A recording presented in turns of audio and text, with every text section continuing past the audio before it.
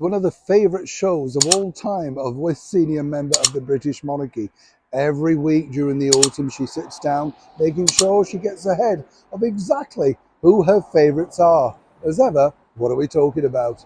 Hi, good morning, Neil. Sean here. Nice to have your company. By the way, can I share this with you? Because I don't know if this happens in your part of the world, but now over here, you know that we have to do, and we've spoken about this many times, your own self-scanning, so you scan your own foods, you bag your own foods, you've got to get your own receipt, you can't pay cash, treated like a third-rate citizen, aren't you?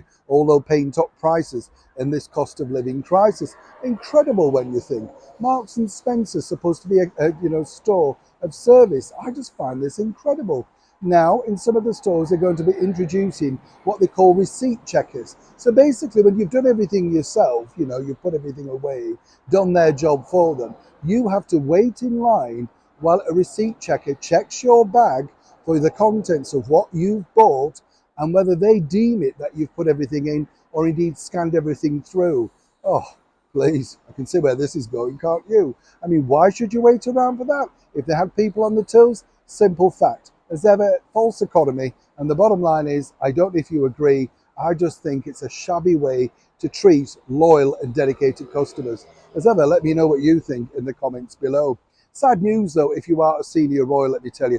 Oh yes, tears bound to form. We're talking about the very funny and very wonderful Queen Camilla, who is a huge fan of the reality TV show, whatever you want to call it, Strictly Come Dancing. I know around the world, Dancing with the Stars and various other titles, it is her favourite show. We told you earlier this year that King Charles sort of, puts up with it like a lot of fellas, do you know what I mean? But she likes to have the volume up, a few snacks and a crafty little G&T, so I'm told, and then marks people down and actually does get involved for voting for them. Incredible, isn't it, when you think? She's had quite a few favourites, as you can imagine, over the years, danced with many of the judges of Strictly Come Dancing, and she had hoped in this coronation year to actually host that spectacular show at Buckingham Palace, in the Buckingham Palace ballroom.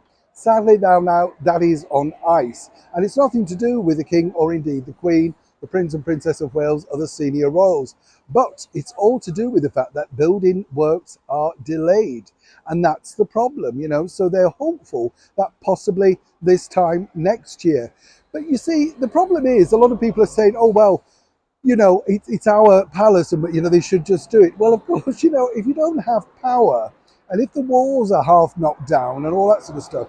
I've been in Buckingham Palace recently for the recent press launch of the reopening. And let me tell you, there's certain areas that work, but quite a lot of it is a bit of a bomb site.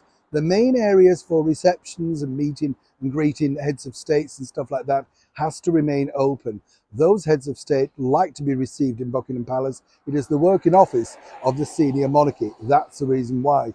Bigger places, which I have also been in, including the throne room, well, a little bit tricky right now to make anything fit. But if you're a fan of Strictly, as I say, it starts probably around about September time, but sadly, it will not be coming from the palace this year. Yes, I can see you're upset, a little bit like Queen Camilla too. Always happy to share some positive news. Neil Sean in the very heart of London.